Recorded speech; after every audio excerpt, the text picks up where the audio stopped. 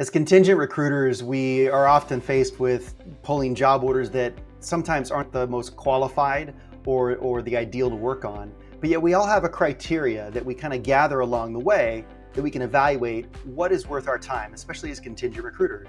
So here are my top criteria for evaluating the strength of a job order. The first, and I found the most important, is whether the job is exclusive. If you've been able to sell your client on the concept of trust, that you know what you're doing, that you've got the years of experience, that you've got the candidate database, that you know how to recruit for this role, and that you'll have excellent candidates for them in the coming days or week.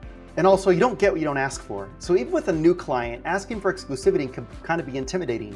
They might object. They might say that they've given it to another recruiter.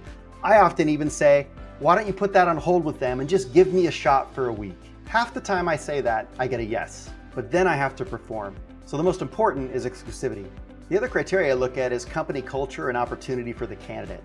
I really want to dive in with the client and really understand what is special about their company, what will be attractive to a candidate. And if that's attractive to me, and if I can find something interesting that I can sell to a candidate, I'm going to go with it. Next is deal value. Sometimes as recruiters, we're willing to accept, especially in a slower market, really any job order that might come our way, no matter the size. But you really have to evaluate the effort versus the potential reward. So sometimes working on job orders for smaller fees just isn't worth it, especially if there's other criteria they're not meeting. Next is what I call fillability. How fillable is this role? Is it, as we refer to in recruiting, a purple squirrel, something that's super hard to find?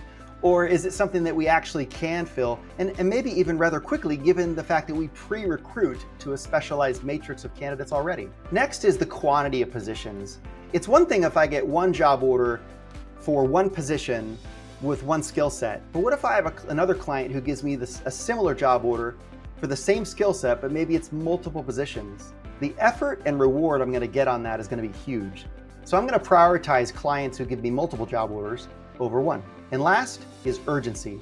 How important and urgent is this job to fill for this client? Is this something they need to fill right away versus something they're just starting to recruit for? You need to have client buy-in that this is something that you're going to work on right away and that they're going to be able to make an offer as soon as next week.